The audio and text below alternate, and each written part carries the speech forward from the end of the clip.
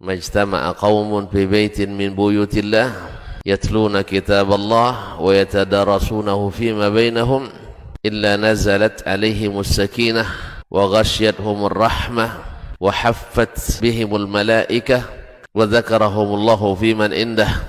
Tidaklah suatu kaum duduk di salah satu rumah Allah membaca ayat-ayat Allah dan sama-sama mempelajarinya, kecuali turun kepada mereka as-sakinah, ketentraman dan kenyamanan. Wa ghasyiyatuhumur rahmah, dan mereka diliputi pula oleh rahmat, kasih sayang dari Allah Subhanahu wa taala. Wa haffat bihimul malaikah, dan mereka pun dikelilingi oleh para malaikat, karena malaikat suka majlis-majlis zikir dan ilmu. Wa dzakarahumullahu fiman indah, dan Allah akan banggakan sebut-sebut mereka di kalangan malaikat-malaikat yang ada di sisinya, di masyarakat atas. Mudah-mudahan kita termasuk yang sering disebut-sebut di sisi Allah di kalangan para malaikat, dan di akhir majelis ini mudah-mudahan kita pula mendapatkan seperti yang tersebut dalam hadis qudsi, qumu maghfuran lakum, silahkan berangkat meninggalkan majelis ini dalam keadaan diampuni dosa-dosa kalian.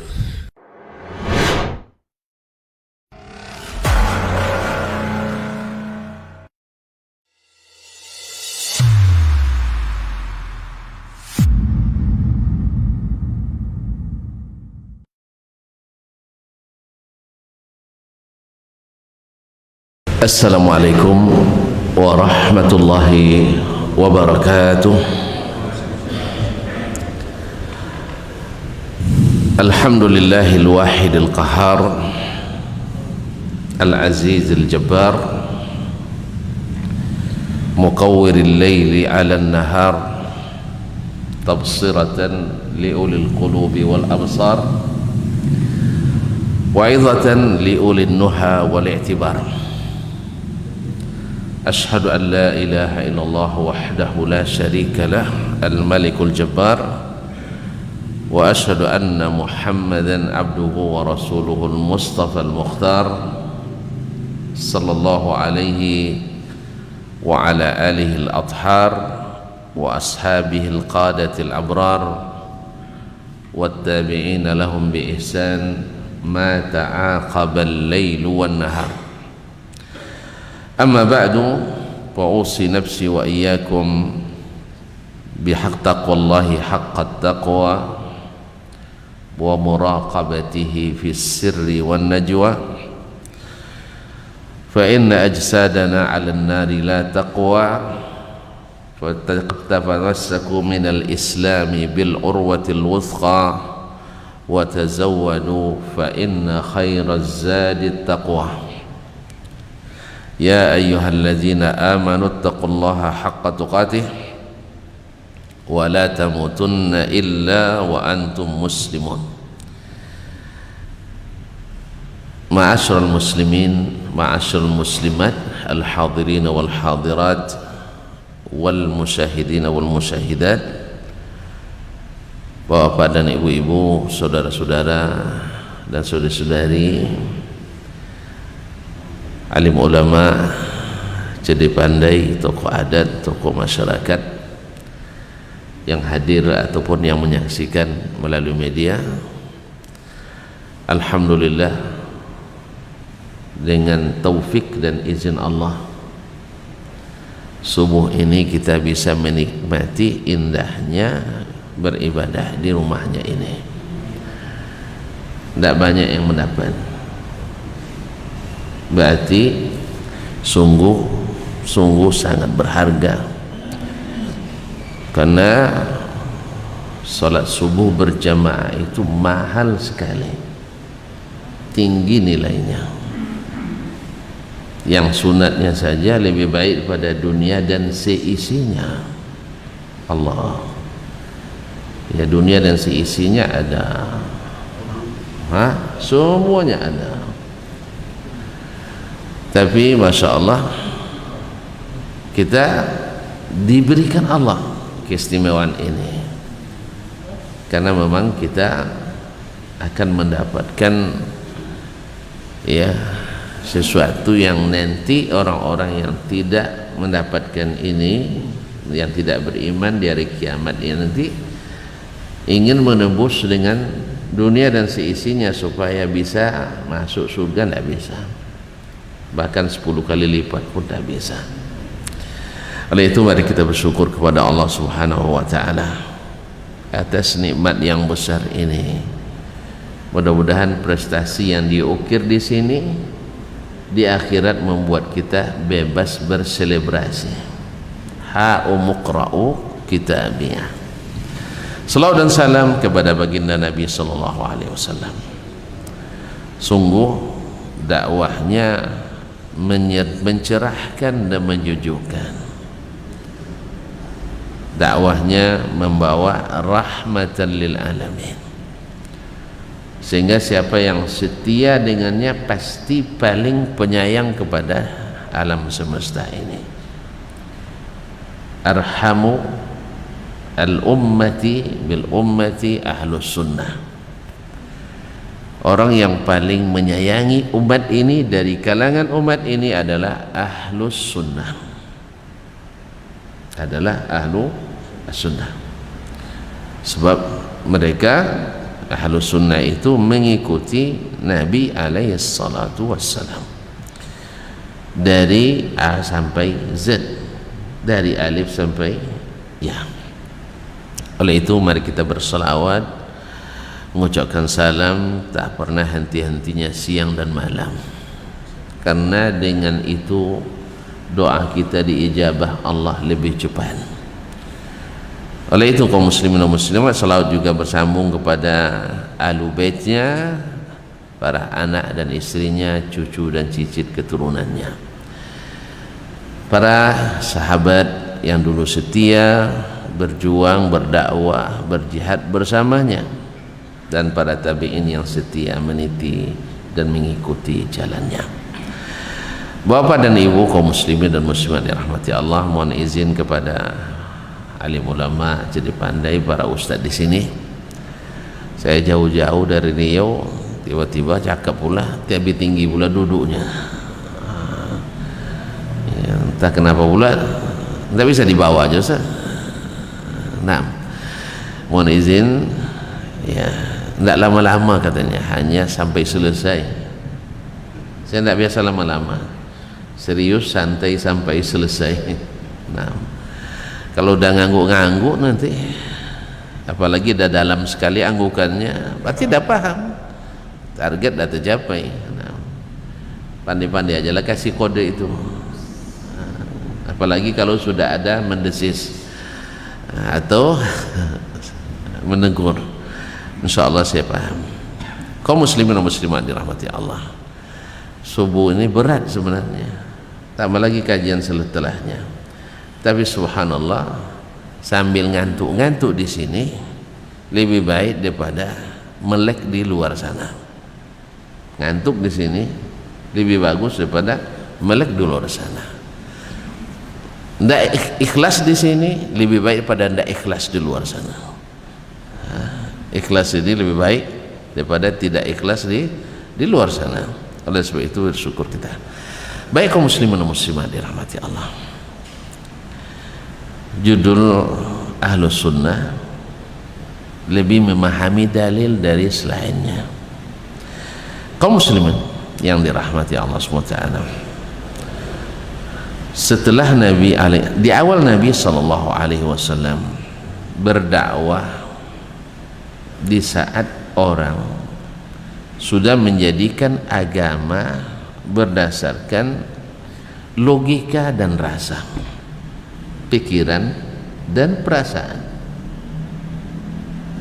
Dulu Makkah itu dijadikan oleh Allah sebagai pusat pentauhidan kepada Allah Subhanahu wa taala.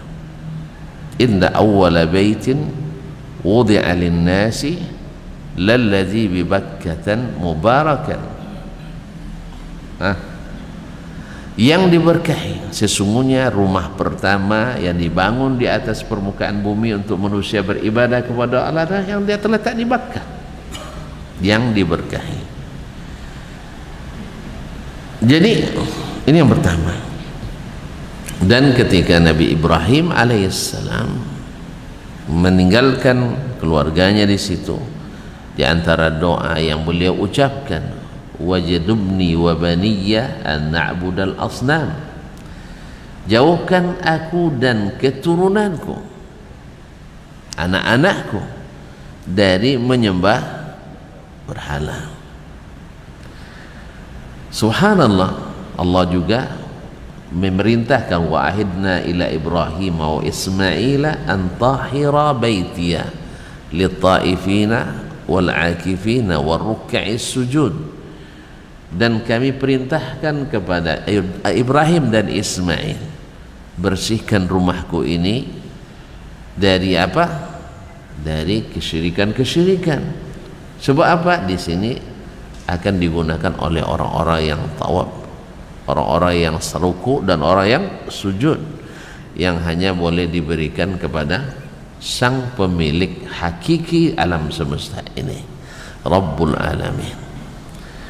Singkat cerita, selesai masa itu, lama antara Nabi Ibrahim dan Nabi Ismail dengan Nabi kita Muhammad sallallahu alaihi wasallam, ya, lebih kurang 1200 tahun. Cukup lama ya. Ada yang umur 1000 tahun di sini? Oh, enggak ada. 1200 tahun kurang. Sama dengan sekarang antara kita dengan Nabi besar Muhammad sallallahu alaihi wasallam sudah 1432 tahun lebih kurang sampai sekarang. Nah, akhirnya pemahaman agama semakin hari semakin luntur, ilmu semakin lama semakin hilang. Karena apa? Yang namanya manusia selalu dihadapkan dengan dua masalah besar, fitnah syubhat dan fitnah syahwat. Kadang-kadang kedua-duanya berkolaborasi, bergabung dia untuk menghancurkan kita, kadang-kadang satu-satu. Makanya untuk menghadapi itu diperlukan dua kekuatan, kekuatan ilmu, kekuatan amal. Ilmu membendung syubhat, amal membendung syahwat. Kata Ibnu Qayyim rahimahullah, seorang mukmin, seorang mukminah mesti punya kekuatan dua ini. Kekuatan ilmu tidak mudah dipengaruhi oleh syubhat. Kemudian kekuatan amal yang membuat kita bertahan tidak mengikuti syahwat. Kekuatan ilmu menepis syubhat, sehingga segala sesuatu yang mungkin menurut pikiran dan perasaan itu baik, tapi ilmunya ada, enggak. Contoh konkret kaum muslimin, ilmu yang menepis syubhat. Tuan-tuan masih ingat kisah seorang yang membunuh 99 orang. 99 orang dibunuhnya. Lalu dia menyesal, ingin membersihkan diri. Lalu dia bertanya ke sana kemari, bagaimana mencari solusi. Ditunjukkan kepada seorang ahli ibadah. Ahli ibadah, afwan, tapi ilmunya minim. Ahli ibadah, ilmunya minim. Mendengar cerita 99 orang yang tewas di tangannya dengan kezaliman, ahli ibadah baginya itu jangankan membunuh orang, membunuh lalat saja, baginya adalah dosa besar. Apalagi membunuh seorang anak manusia tanpa dosa, tanpa alasan yang benar, itu sama dengan membunuh seluruh umat manusia, ya kan? Membunuh satu orang tanpa dosa, tanpa hak, itu sama dengan membunuh seluruh umat manusia. Maka hati-hati kaum muslimin, jangan main-main. Nah, mendengar itu tentu dia katakan, tidak mungkin taubat. Habis satu orang, kamu tahu enggak? Kan perasaan nih, mainnya perasaan. Satu orang saja sama membunuh seluruh manusia. Ini 99, tidak ada. Melihat itu, ini fatwa yang tanpa ilmu, sesat menyesatkan, sesat menyesatkan. Ma'asyul kiram, mendengar itu tidak ada jalan taubat, ya tanggung-tanggung basah.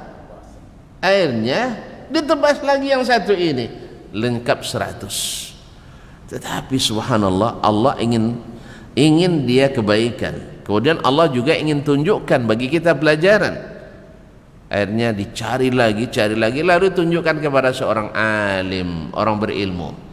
Allahu Akbar, ilmu itu lapang sekali.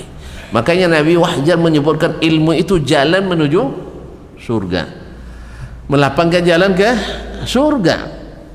Makanya seorang alim lebih ditakuti syaitan daripada 1000 orang ahli ibadah. Syaitan lebih takut pada seorang ulama daripada kepada 1000 ahli ibadah. Makanya banyak syaitan tidak suka pengajian. Syaitan ya tidak suka pengajian. Tapi kalau ibadah-ibadah orang tidak ganggu. Tapi kalau pengajian banyak yang tidak suka. Apa sebab? Karena ilmu itu menepis syubhat. Lihat, datang pada seorang alim, apa dia katakan? Maladzi yamna'uka minat taubah? Apa yang menghalangi kamu dari taubat? Bukankah dosa yang tidak diampuni Allah sama sekali? Kalau mati di dalamnya, mati ke dalam keadaan itu dosa syirik, innallaha la yaghfiru isyraka bih, Allah tidak mengampuni dosa syirik. Tapi kalau dia taubat sebelum meninggal, diampuni apa tidak? Diampuni.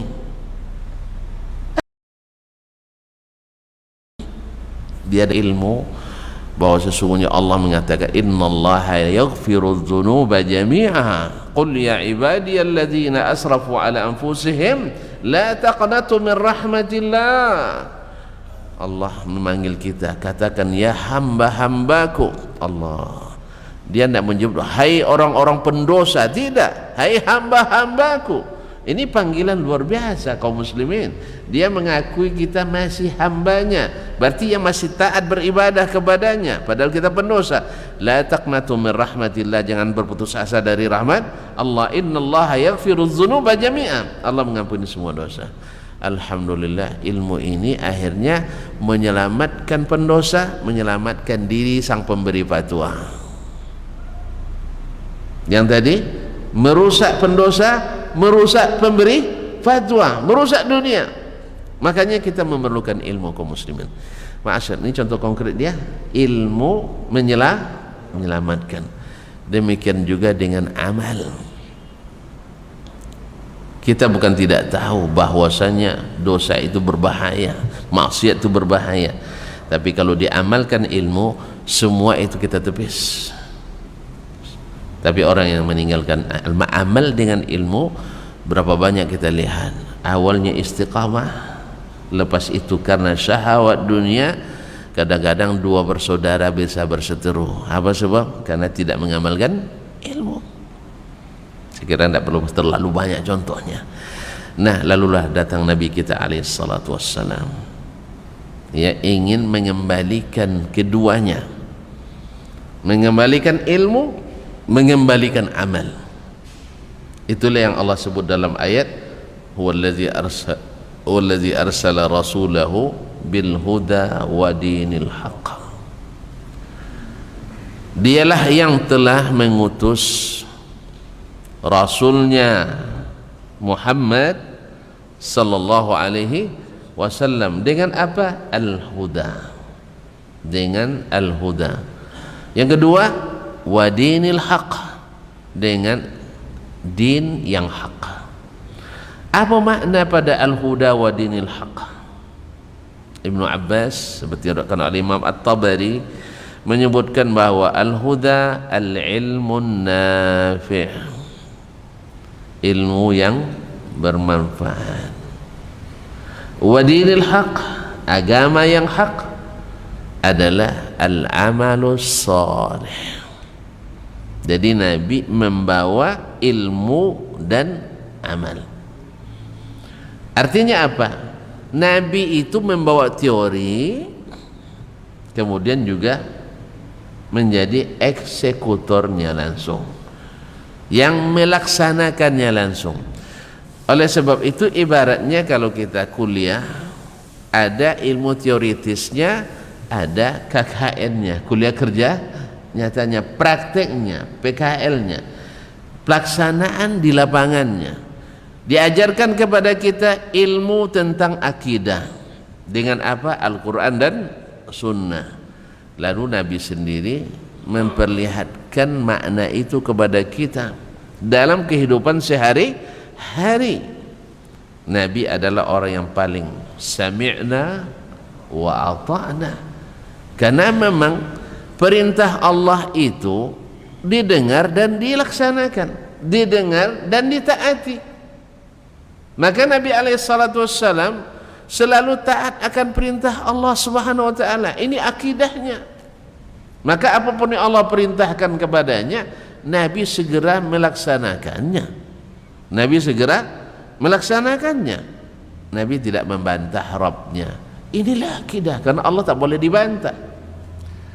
Ketika Allah Subhanahu wa taala mewajibkan kepadanya beberapa hukum, ya, Nabi melaksanakannya. Paginya salat malam wajib, tidak dia tinggalkan. Dijamin masuk surga, dah dijamin masuk surga, selesai sudah. Seperti kita kalau hari ini kalau sudah sampai makam tertentu, bebas salat, bebas puasa, bebas nikah, kawin berapa aja boleh. Naudzubillah. Tapi Nabi SAW tidak. Ketika dia diberikan jaminan masuk surga, dia semakin kencang beribadah. Berarti beliau bukan hanya seorang penganjur, tetapi juga sekaligus sebagai eksekutor. Jadi oleh sebab itu para sahabat belajar ke Nabi SAW.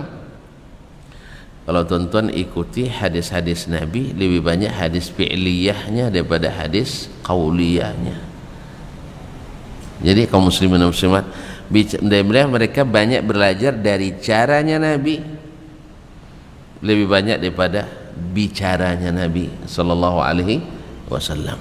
Oleh itu kaum muslimin dan muslimat, terbagilah as-sunnah an-nabawiyah itu kepada 3 sunnah qauliyah, perkataannya, wa sunnah fi'liyah, perbuatannya, wa sunnah taqririyah, persetujuannya.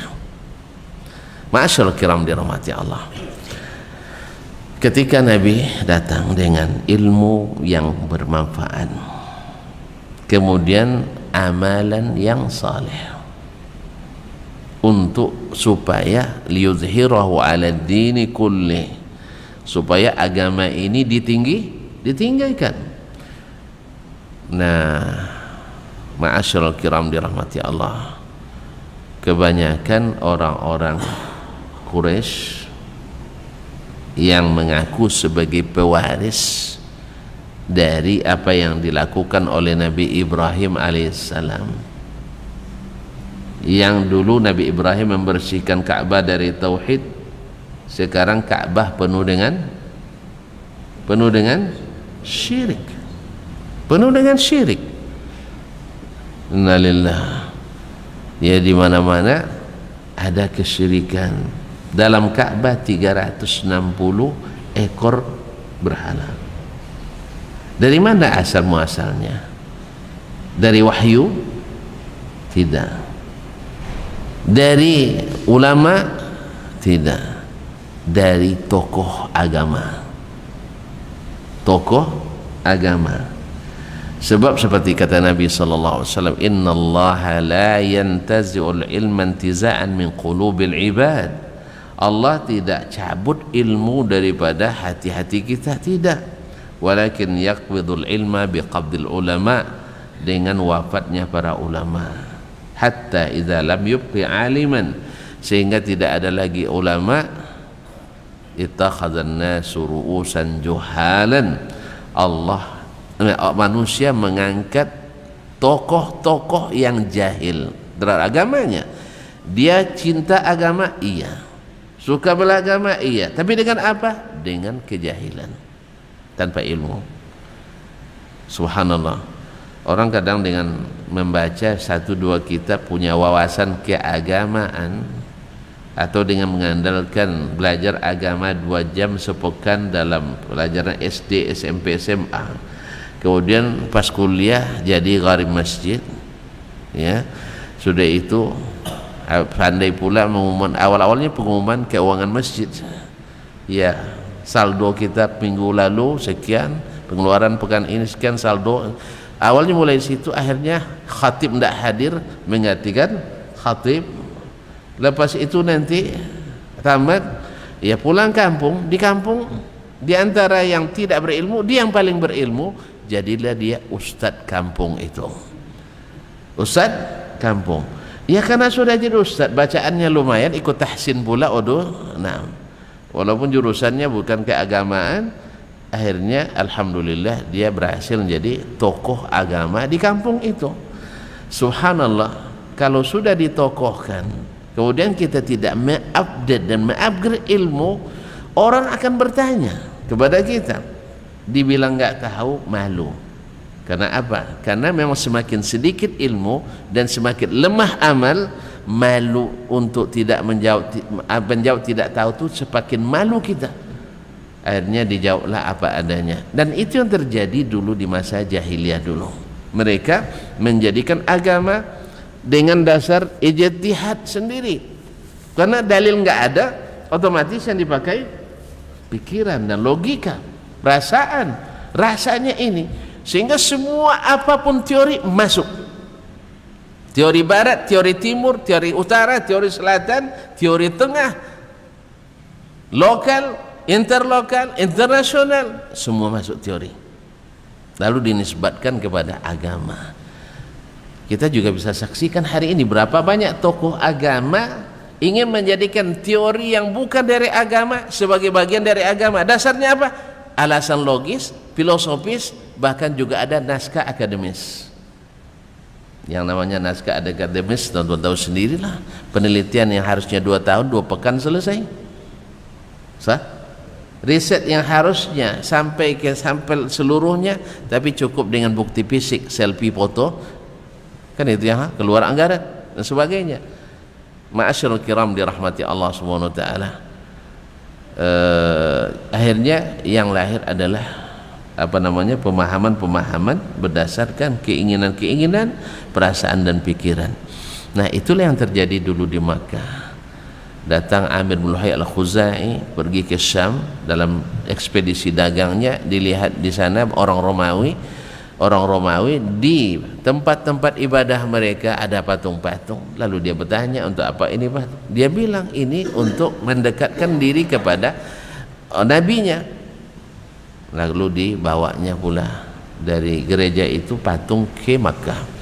Dari situ berkembanglah, masing-masing kabilah minta buatkan pula patungnya. Dari situ berkembanglah penyembahan berhala di masa jahiliyah dulu dengan perasaan dan pikiran, karena ilmu sudah pergi. Ma'asyiral kiram. Nah, sekarang datang Nabi sallallahu alaihi wasallam untuk membersihkan kembali yang sudah dikotori oleh orang-orang jahiliyah itu dulu. Subhanallah, berat niat perjuangan Nabi alaihi salatu wassalam. Sebab apa? Di satu sisi dia harus menyampaikan, karena yang namanya syirik itu tidak terampuni. Cuman masalahnya yang akan dihadapi adalah keluarga, tokoh-tokoh yang merupakan kerabat semua dari orang-orang Quraisy. Tentu saja perintah Allah lebih tinggi daripada perintah manapun. Konsekuensinya Nabi alaihissalam tidak jarang dituduh gila, dituduh apa lagi? Dituduh ekstrim, dituduh ini dan itu. Nabi alaihissalam, alhamdulillah kita hari ini kalau berdakwah tidak sampai dituduh gila. Nah, syukurlah, sebab kalau sudah dituduh gila, ustaz jadi wali dia sekarang. Jadi itu masalahnya, dianggap sebagai wali. Makanya orang tidak mau ngakui kita wali, jadi tidak dituduh gila. Kalau Nabi dulu sampai dituduh gila oleh masyarakatnya. Apa sebab? Karena dia hanya mengatakan Allah yang hanya diibadati, Allah yang hanya boleh disembah, tidak boleh selainnya, dan hanya Allah yang boleh ditaati. Tidak boleh kelainan. Muslimin dan muslimat dirahmati Allah. Allah turunkan kepada Nabi SAW untuk menjelaskan itu satu wahyu matlu, wahyu yang ditilawahkan ya Al-Quran. Yang kedua wahyu ghairu matlu, yaitu sunnah Nabi SAW. Dengan apa dia menjelaskan? Dengan bahasa yang dipahami oleh kaumnya. Wa ma arsalna min rasulin illa bilisani qaumihi liyubayyina lahum. Tidak kami utus seorang rasul pun kecuali dengan bahasa kaumnya. Bahasa kaumnya. Allah turunkan Al-Quran dan Allah wahyukan kepadanya sunnah, semuanya dengan bahasa Arab yang dipahami oleh kaumnya. Liyubayyina lahum, supaya dijelaskannya kepada mereka. Manusila ilaihim, apa yang diturunkan pada mereka. Ma'asyiral kiram dirahmati Allah Subhanahu wa taala. Sehingga Al-Quran itu seperti kata ulama tafsir terbesar sepanjang sejarah, yaitu sahabat Nabi yang didoakan Nabi untuk punya keahlian menafsirkan Al-Quran, Abdullah bin Abbas radhiyallahu anhuma, mengatakan Al-Quran itu tafsirnya ada 4. Tafsir Al-Quran itu ada 4. Satu, semua orang boleh paham, langsung paham dengan membaca apa yang di depannya, langsung paham ya. Tafsir yang dipahami oleh semua orang. Jelas kaum muslimin muslimat dirahmati Allah SWT, dibaca Al-Quran orang langsung paham. Misalnya alhamdulillahi rabbil alamin, nah segala puji bagi Allah Rabb semesta alam. Ada yang tidak paham? Ada yang tidak paham? Langsung paham apa tidak? Bahwa segala puji hanya milik Allah, pemilik seluruh alam. Ar-Rahmanir Rahim, Maha Pengasih, yang berarti sifat Allah pengasih dan penyayang. Apa lagi? Iyyaka na'budu wa iyyaka nasta'in, hanya kepadamu kami beribadah, hanya kepadamu kami minta pertolongan. Orang langsung paham. Ini sebelum masuk subuhat ini ya. Ini sebelum dengarkan ayat ini orang langsung paham. Apa lagi? Ihdinas siratal mustaqim, tunjukkan kami jalan yang lurus, berarti minta hidayah kepada Allah Subhanahu wa taala. Siratal ladzina an'amta alaihim, jalan orang yang telah engkau beri nikmat pada mereka. Pada mereka ghairil maghdubi alaihim waladdallin, bukan jalan orang yang dimurkai dan bukan jalan orang yang sesat. Nah, minta itu pada Allah SWT. Ini orang paham ya, bisa langsung paham. Nah, yang kedua kata Ibnu Abbas, yaitu tafsir yang dipahami oleh orang Arab dengan bahasa Arabnya. Orang Arab mendengarnya langsung paham, kita mungkin belum ya. Misalnya ada orang Badui baru masuk Islam, sholat di belakang imam, dia tidak hafal Quran, baru masuk Islam, masa hafal Quran? Hah? Imam membaca was-sariqu was-sariqatu faqata'u aydiyahuma jazaa'an bima kasaba nakalam minallah. Di ujungnya dia baca wallahu ghafurur rahim. Orang Badui bilang subhanallah, subhanallah. Kenapa wallahu ghafurur rahim? Hah? Diulang lagi sama imam, wallahu ghafurur rahim, dia bilang subhanallah. Sampai imam bilang wallahu azizun hakim, Allah maha perkasa, maha bijaksana. Kan ayatnya pencuri laki-laki, pencuri perempuan, potong tangannya. Ngeri dengarnya ya, tapi aman.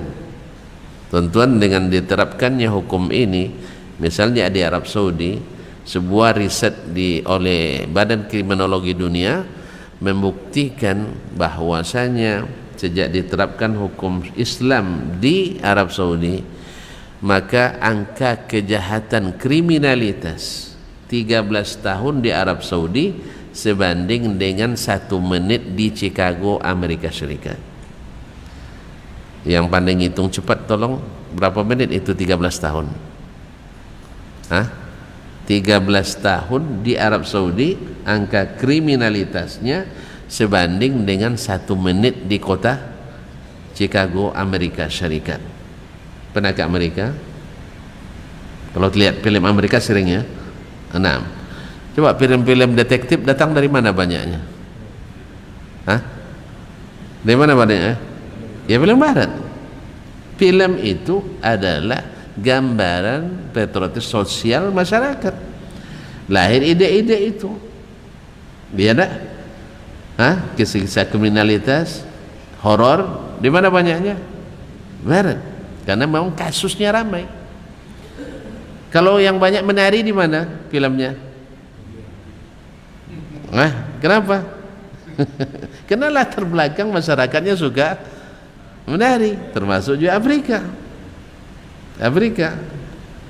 Pokoknya ada yang ahli sosiologi mengatakan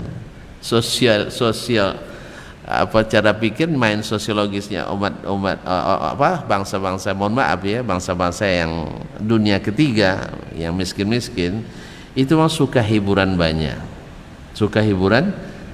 Maka ahli menari itu banyak lahir dari negeri-negeri yang masih di bawah garis kemiskinan, juga harus berhibur. Allah musta'an. Seperti Afrika, makanya para penari ramai dari negeri-negeri yang di bawah garis kemiskinan, kata ahli sosial. Nah, kembali kepada kriminologi dunia tadi. Penelitian dari kriminologi dunia bahwa sesungguhnya 13 tahun di Arab Saudi sebanding dengan 1 menit di kota Chicago, Amerika. Ketemu tadi 13 tahun berapa menit? Ayo kita hitung. 1 jam 60 menit kali 24. Kan sehari 24 jam, sehari semalam. Kali 30 kali 12. Dikali 13. Berapa semua? Jadi begitulah perbandingan kriminalnya. Ngeri kita dengarnya, tetapi hasilnya luar biasa. Karena orang takut. Makanya saya selama 15 tahun di Arab Saudi, kadang-kadang kan diumumkan secara nasional bahwa akan ada eksekusi ini misalnya qisas.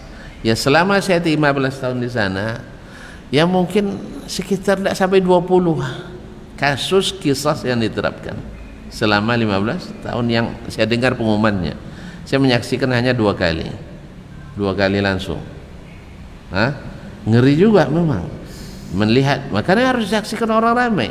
Akhirnya orang takut melakukan itu, sehingga kaum muslimin dan muslimat, itulah hasilnya. Dan untuk tahun 2021 kemarin masih tercatat Arab Saudi sebagai negeri nomor 2 paling aman di dunia. Ini oleh badan PBB mengatakan negeri nomor 2 paling aman di dunia adalah Arab Saudi. Nomor 1 ada negeri kecil di laut Samudra India, apa namanya? Saya sering lupa namanya. Ingat lupa lagi. Apa? Bukan Maladewa, bukan. Saya lupa.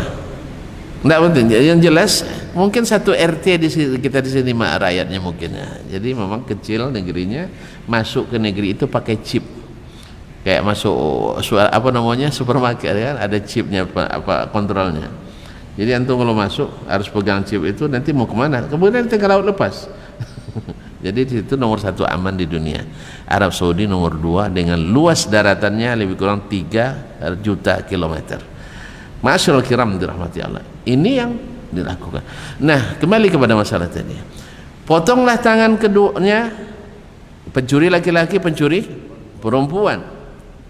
jazaan bima kasaba, balasan atas apa yang mereka lakukan, nakalam min Allah, sebagai peringatan bagi orang-orang lain dari Allah SWT. Ujungnya dibaca oleh imam tadi, wallahu ghafurur rahim, Allah maha pengasih maha penyayang. Kalau maha pengasih penyayang diampuni dong, sah? Allah maha pengampun maha penyayang, wallahu ghafurur rahim. Kalau diampuni ada hukum lagi. Berarti antara awal ayat dengan ujung ayat tidak matching, kata dalam pikiran Badui tadi. Dia belum hafal Quran sampai dibaca wallahu azizun hakim, Allah maha perkasa maha hikmah. Memang untuk melaksanakan eksekusi hukum perlu keberanian dan perlu hikmah. Berani saja tidak cukup, hikmah saja tidak cukup, perlu perkasa, berkuasa, dan perlu hikmah. Akhirnya kok kejam sekali ilmu, apanya hukumnya? Bukan, kita untuk menjaga yang ramai, yang satu ini dihukum. Wallahu musta'an. Sehingga orang takut melakukan pencurian. Allah musta'an. Baiklah kaum muslimin dan muslimat, itu tafsir yang kedua, orang Arab saja yang paham, ya, orang pandai bahasa Arab. Tafsir ketiga, tafsir yang tidak diketahui kecuali oleh para ulama, dan ini porsinya tidak kebanyakan. Ya, kalau Imam Ghazali dalam Mustasfa menyebutkan seorang mujtahid alim itu mesti menguasai 500 ayat tentang hukum. Ternyata hadis-hadis atau ayat-ayat tentang hukum saja, yaitu yang berkaitan dengan masalah yang sifatnya dinamis, berubah karena berubahnya masa, tempat, dan waktu, yang disebut oleh para ulama dengan al-mutaghayyirat. Al-mutaghayyirat. Nah, yang ketiga, yang keempat adalah tafsir yang hanya diketahui oleh Allah saja, seperti alif lam mim, kaf ha ya ain sad, alif lam ra. Ini jangan dicari-cari tafsirnya, nanti alif lurus seperti istiqamah katanya kan, lam berkait kayak mata pancing, bawa untuk kalau untuk dia apa, untuk mantra mancing ikan bagus ini. Nah, itu ngada-ngada. Ini hanya Allah yang tahu tafsirnya. Berarti kaum muslimin, hukum asalnya Al-Quranul Karim mudah dipahami, hukum asalnya As-Sunnah Nabawiyah mudah dipahami. Jelas? Makanya kaum muslimin dan muslimat dirahmati Allah, kalau demikian maka ahlus sunnah itu lebih memahami dalil daripada selain mereka. Karena apa? Karena mereka memahami Al-Quran dengan sunnah Nabi Sallallahu Alaihi Wasallam. Karena apa? Allah katakan, wa anzalna ilaika dzikra litubayyana lin-nasi ma nuzzila ilaihim, dan kami turunkan kepadamu az-zikr Al-Quranul Karim untuk kamu jelaskan apa yang diturunkan pada mereka. Nah, Nabilah yang menjelaskan kepada kita dengan apa? Dengan hadis dan sunnah. Oleh sebab itu, memahami Al-Quran, memahami hadis, menurut ahli ulama sunnah dan hadis adalah menafsirkan Al-Quran dengan Al-Quran, As-Sunnah dengan As-Sunnah An-Nabawiyah. Sehingga dengan demikian Ahlus Sunnah itu dalilnya tidak lepas dari sunnah Nabi alaihissalatu wassalam. Sehingga pemahamannya terhadap Al-Quran dan Sunnah benar-benar maksimal, benar-benar paripurna. Oleh itu kaum muslimin dan muslimat dirahmati Allah. Oleh sebab itu beragama sebagaimana pada asalnya sangat-sangat mudah. Sangat-sangat mudah. Ma ja'alallahu alaikum fid dini min haraj. Allah tak jadikan bagi kalian dalam agama ini hal yang menyulitkan. Makanya kalau kita ikut saja jalur yang telah ditentukan oleh Allah dan Rasulnya sallallahu alaihi wasallam, agama ini menjadi lebih mudah, lebih senang, lebih simple daripada mengikuti teori-teori yang dilakukan oleh manusia terhadap agama ini. Dulu kaum muslimin, ketika sahabat ingin mengamalkan sesuatu, mereka katakan apa? Madza qala Rasulullah sallallahu alaihi wasallam? Apa yang dikatakan oleh Rasulullah sallallahu alaihi wasallam? Misalnya mereka ingin salat. Kaifa shalla Rasulullah sallallahu alaihi wasallam? bagaimana Rasulullah sallallahu alaihi wasallam salat. Lalu seseorang dari sahabat seperti Abu Hurairah atau seperti Ali bin Abi Thalib atau sahabat yang lain, Wa'il bin Hujur misalnya, dia langsung berdiri lalu dia Allahu Akbar, lalu baca istiftah, misalnya subhanakallahumma wa bihamdik wa tabarakasmuk wa ta'ala jadduk wa la ilaha ghairu. Atau ketika Ali mengatakan Allahu Akbar kabira walhamdulillahi katsira wa subhanallahi bukratan wa asila. Nah, ada Abdullah bin Mas'ud misalnya, wajjahtu wajhiya lilladzi fatara as-samawati wal arda hanifan muslima wa ma ana minal musyrikin. Dan lagi doa-doa iftitah yang begitu banyak, bervariasi. Nah, semuanya dari Nabi alaihi salatu wassalam. Lalu dia hafalkan itu. Setelah iftitah dia baca a'udzubillahi minasyaitonir rajim. Nah, tidak jahar kan? Lalu dia baca bismillahirrahmanirrahim, alhamdulillahirabbil alamin sampai salam. Lalu dia katakan hakadza raaitu Rasulullah sallallahu alaihi wasallam yusalli. Seperti inilah saya melihat Rasulullah sallallahu alaihi wasallam salat. Simpel kan? Tinggal lagi menghafalkan takbir awalnya, salam akhirnya. Di sela-selanya ada takbir intiqal. Sederhana sekali. Orang belajar salat di zaman itu. Karena apa? Mereka menunjukkan sunnah Nabi alaihi salatu wassalam. Tanya tentang bagaimana zikir selepas salat. Lalu diajarkan allamani Rasulullah SAW an aqula dubura kulli salah astagfirullah, astagfirullah, astagfirullah sampai selesai. Dan seterusnya. Bicara tentang masalah akidah, mereka juga bertanya ke Nabi alaihi salatu wassalam tentang muamalah ke Nabi alaihi salatu wassalam, sehingga mereka akhirnya mengikut Nabi alaihi salatu wassalam dan agama itu menjadi mudah. Lalu ketika mereka tidak bisa melakukannya atau terlupa melakukannya atau tersalah melakukannya, akan ada ulama yang akan menegurnya. Pada zaman itu ulamanya banyak, ya, sedikit penceramah. Kalau di zaman kita penceramah banyak, ulamanya sedikit.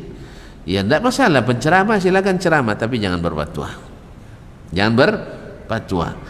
Allah musta'an. Sekarang banyak yang penceramah belum menjadi ulama tapi sudah berani berfatwa, seperti kata Abdullah bin Mas'ud radhiyallahu anhu. Maka zaman ini beragama lebih sulit dibanding dengan di zaman dulu. Zaman dulu mereka beribadah itu simple, berkeyakinan simple. Tentang bagaimana? Tentang mengetahui hal-hal yang harus diyakini. Mereka cukup mendengarkan Allah dan penjelasan Nabi alaihi salatu wassalam. Tetapi di saat kita, di zaman kita, orang sudah mulai memakai hal-hal yang tidak dipakai di zaman Nabi alaihi salatu wassalam untuk memahami keyakinan. Misalnya Nabi mengatakan bahwa fitnatul qabri haq. Nabi sering minta perlindungan kepada Allah dari azab kubur. Nah, seluruh sahabat selalu sebagaimana Nabi alaihi salatu wassalam meminta perlindungan kepada Allah dari azab kubur, mereka pun ikut Nabi minta perlindungan kepada Allah dari azab kubur dan yakin bahwa azab kubur itu ada. Pertanyaan di kuburan itu ada. Lalu di zaman kita mulailah orang berpikir tidak dengan dalil, tidak memakai sunnah Nabi alaihi salatu wassalam. Gimana? Diletakkannya alat detektor di dalam kubur atau tape recorder atau kamera CCTV yang di luar aja tidak bisa menangkap apalagi yang dalam kubur. Dia lupa bahwa yang alam barzakh itu bukan kuburan, ini masih alam dunia. Kuburan tanah itu alam dunia. Maka ketika tidak terdeteksi, dia bilang ini hanya omong kosong Nabi. Subhanallah, balik lagi jahiliyah seperti dulu yang mengatakan Nabi berdusta. Sama. Bedanya sekarang dia sudah mereknya Islam, bahkan tokoh Muslim, tapi dia mengingkari Nabi sallallahu alaihi wasallam. Berarti dia paham dalil atau tidak? Tidak paham karena dia bukan ahli sunnah dalam masalah ini. Ketika bicara tentang Allah Subhanahu wa taala, ya misalnya ini bulan apa ini? Desember. Enggak, bulan apa? Hah? Hah? Bulan apa sekarang? Jumadal ula wala Jumadal akhirah. Ada lupa juga, gara-gara tentu lupa saya pun lupa jadinya. Udah hampir selesai saya. Ya hampir. Ramadan kan 4 bulan lagi sah. Jumadal akhir hampir selesai. Kalau tengok bulan mungkin 2 atau 3 hari lagi. Rajab di depan mata. Ya. Bulan Rajab depan mata nih. Tidak apa lagi. Kita balik Muharram, Safar, Rabiul Awal, Rabiul Akhir, Jumadal Ula, Jumadal Akhirah. Rajab, Sya'ban, Ramadan. Berarti Ramadan berapa bulan lagi? Ya sekira 3 bulan, 2 bulan. Ya 2 bulan lebih lah. Ini tidak pernah berdoa minta Ramadan cepat dinampaknya. Lambat lagi Ramadan. Kaum muslimin dan muslimat rahmati Allah. Bulan Rajab. Biasanya bulan Rajab umat Islam di Indonesia ada tanggal merahnya kan? Ada tanggal 27 Rajab. Ceramahlah Ustaz di malam peringatan Isra Mi'raj. Nah, jadi Nabi SAW lengkap ceritanya hadis Sahih Bukhari dari Makkah Masjidil Haram menuju Masjidil Aqsa. Ini disebut Isra. Isra artinya berjalan di malam hari. Terus dari Masjidil Aqsa Nabi dimi'rajkan. Mi'rajnya kan kemana? Ya ke atas. Ke atas. Kan ada proses dalam hadis. Sampai di langit pertama diucapkan salam oleh Jibril. Assalamualaikum. Siapa? Jibril. Waman ma'ak. Belum dibuka kan ini? Karena ketat penjagaan di atas. Ya, ketat sekali, super ketat di atas. Lalu ditanya, man ma'ak, siapa bersamamu? Muhammad. Aqad bu'itsa ilaihi, sudah diutus untuk datang? Katanya sudah. Bertemu Nabi Adam, ruhnya Nabi Adam di atas. Udah naik lagi ke langit kedua, prosesnya sama. Langit ketiga, langit keempat, kelima, keenam, ketujuh, sampai lewat ke atas, naik Sidratul Muntaha. Sampai Nabi ke makam yang Jibril juga tak ikut di situ, bermunajat dengan Allah Tabaraka wa Ta'ala. Lalu diberikan perintah salat 50 waktu sehari semalam. Tuan-tuan, 50 waktu sehari semalam. Awak yang 5 waktu saja, ya Allah, 5 waktu saja dah minta ampun, kita tobat. Ya, ini 50 waktu. Akhirnya turun kali Nabi SAW. Nabi kan tak membantah. Nabi kan tak boleh bantah Allah Subhanahu Wa Taala. Lalu datang sampai Nabi Musa di langit kelima. Ya Muhammad, khabirtu Bani Israel, saya sudah berpengalaman dengan Bani Israel. Tak sanggup umatmu, koci-koci umatmu tu. Ya, Bani Israel tu besar-besar orangnya. Tak sanggup umatmu. Ya untunglah kita punya utang budi sama Nabi Musa alaihissalam ini. Besok cari Nabi Musa ya. Iya, cium tangannya sampai di sana nanti. Kita terima kasih Nabi Musa, engkau telah selamatkan kami. Yang 5 waktu ini saja, menurut survei 93% umat Islam tak solat. Nauzubillah. Semoga salah Pak ya. Semoga salah. Karena survei kan tidak seluruhnya. Termasuk di negeri-negeri katanya 93%. Kayak masuk akal juga kayaknya. Kalau nengok kondisi kita hari ini kayaknya masuk akal juga ya. Iya tak? Tapi semoga tidak benar. Saya berharap tidak benar. Alhamdulillah, ini insyaallah dengan mengaji kita balik mengaji, insyaallah umat Islam yang tidak solat semakin diminimalisir. Naam. Ma'asyiral kiram dirahmati Allah. Turun Nabi Musa, sampai Nabi Musa bilang minta keringanan. Kemana Nabi? Naik lagi. Naik sampai ke makam tadi, minta ke Allah dikurangi 10. Riwayat lain mengatakan dikurangi 5. Ini Ustaz menceritakan ini sampai selesai. Turun lagi. Dah berapa? tinggal 40. Oh ya Muhammad, tidak bisa, tolong minta keringanan sama rohmu, minta lagi, umatmu tak akan sanggup. Saya sudah coba Bani Israel, tidak sanggup mereka. Akhirnya naik lagi Nabi SAW, turun lagi, naik lagi, turun lagi, naik lagi, sampai tinggal 5.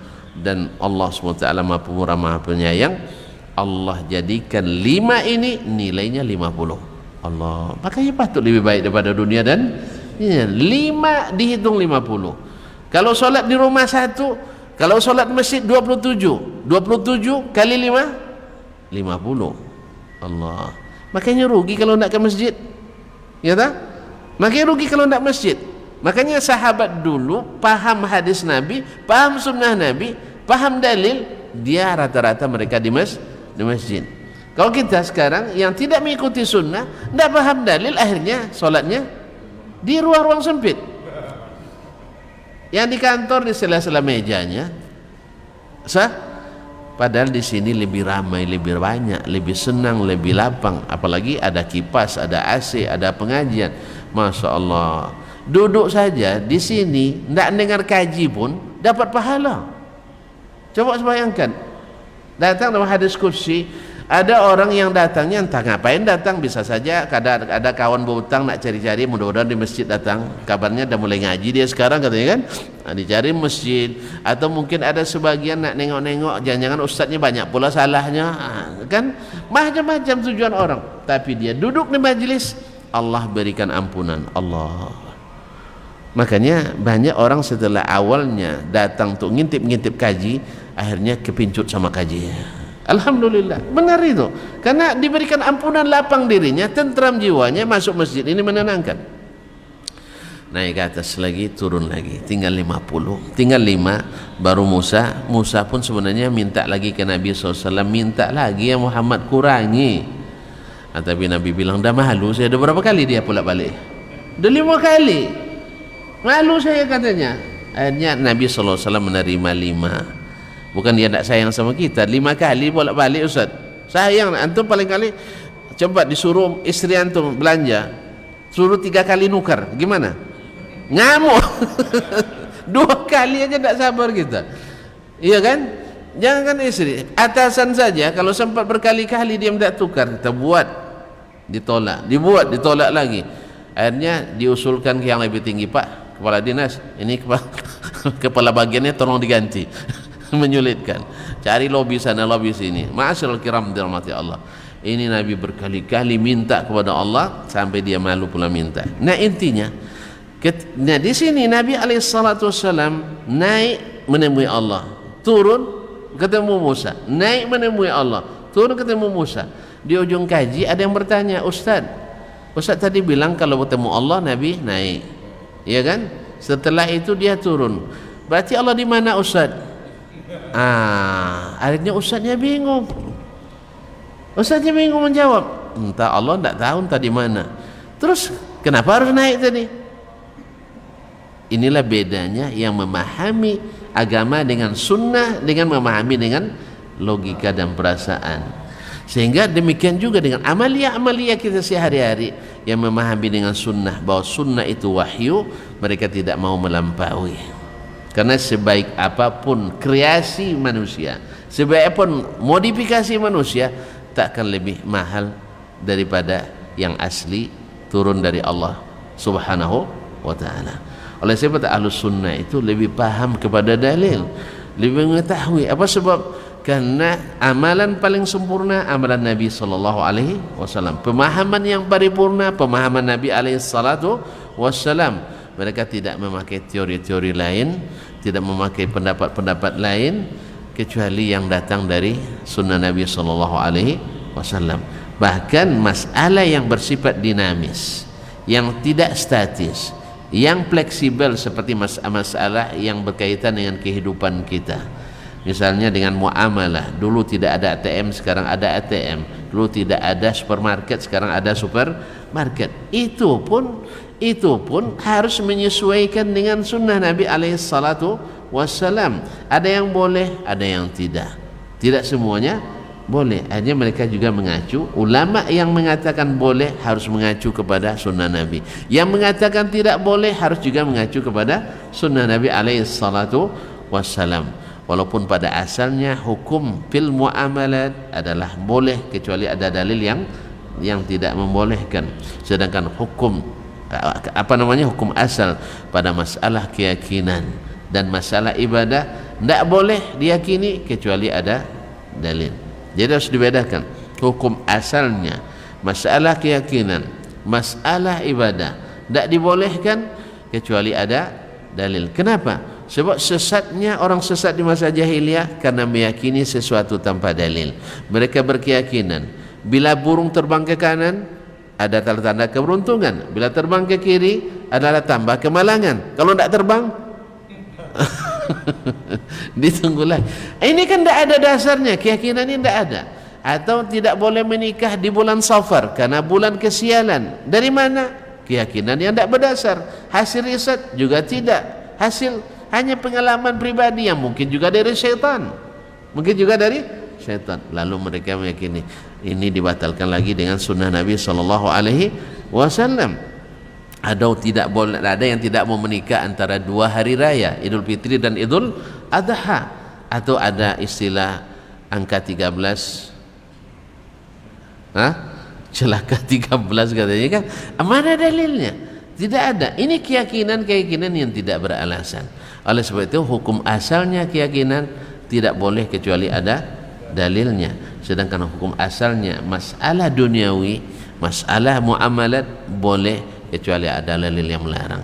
Kalau kita misalnya ini daun ini saya nak makan, lalu tanyakan, jangan tanyakan apa dalil membolehkan, makan saja. Ya kecuali daun jelatang, ya, tahu jelatang? Tak tahu ya. Di sana daun jelatang kalau tersentuh saja gatal, apalagi dimakan. Apa nama daun sini? Sama jelatang juga. Itulah. Ada kayu rengas juga di sana. Kena getahnya kita gatal-gatal.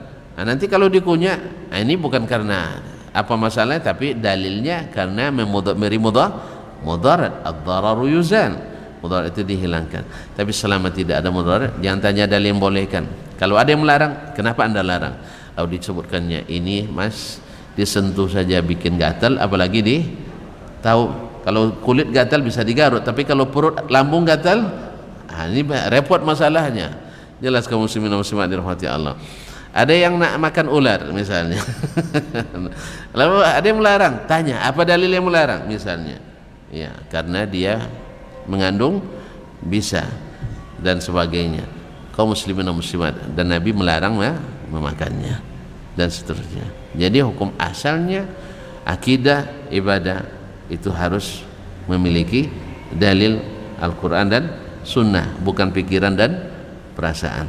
Sedangkan masalah duniawi sifatnya, muamalah antar manusia, hukum asalnya boleh. Kalau ada yang mengatakan tidak boleh, mesti membuktikan dengan dalil. Misalnya menikah dengan dua istri, boleh apa tidak? Antum bilang boleh, istri bilang nggak boleh. Yang bilang nggak boleh, ini hukum asalnya boleh apa enggak? Boleh. Kadang bilang nggak boleh, tuntut dengan dalil. Ada Pak PP nomor 10 katanya. PP nomor 10. Berarti ini bukan dalil syar'i tapi dalil hukumi. Berarti masalahnya bukan tidak halal, masalahnya tidak legal. Kan ada legal tapi tidak halal, dan ada halal tapi tidak legal. Maka upayakan untuk merubah dalil PP nomor 10 itu. Karena ini keputusan presiden bisa saja merubah putusan presiden sebelumnya. Tapi kalau syar'i keputusan Allah, antum harus komunikasi dengan Allah dulu. Karena wahyu sudah tidak turun lagi, maka tidak ada perubahan. Boleh menikah sampai 4 saja. Kalau mau nikah lagi, ceraikan salah satunya. Tapi itu tidak disuruh. Tapi boleh. Kan ada tidak disuruh tapi boleh. Jelas? Nah, jadi kalau seperti itu pandai-pandai lah tuntun merayu Pak Presiden gitu.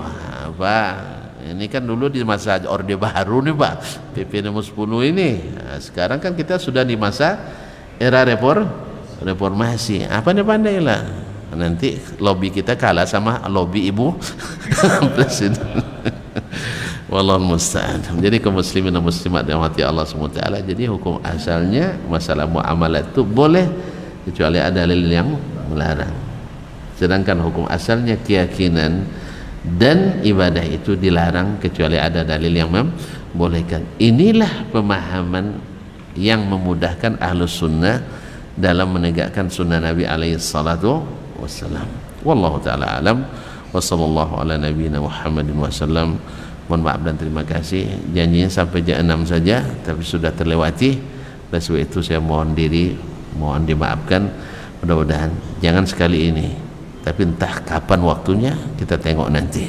Wallahu ta'ala alam wa sallallahu ala nabiyina Muhammadin wasallam. Terima kasih sekali lagi karena kami masih juga dalam acara. Ya, kadang-kadang tadi ketika minta oleh beliau, saya bilang saya sering dapat tugas tambahan. Ya, dari sana aja jadi peserta, tiba-tiba jadi MC sampai sini aja. Alhamdulillah. Ya, pertanyaan nggak ada kan? Karena jelas sekali. Yang jelas jangan tanya lagi, tambah tidak jelas nanti. Subhanakallah bihamdik, asyhadu an la ilaha illa anta astaghfiruka wa atubu ilaik. Wassalamualaikum warahmatullahi wabarakatuh. Dr. Dasman Yaya Ma'ali LCMA Hafizahullah, Dr. Helmi Basri LCMA Hafizahullah, Dr. Hidayatullah Ismail LCMA Hafizahullah.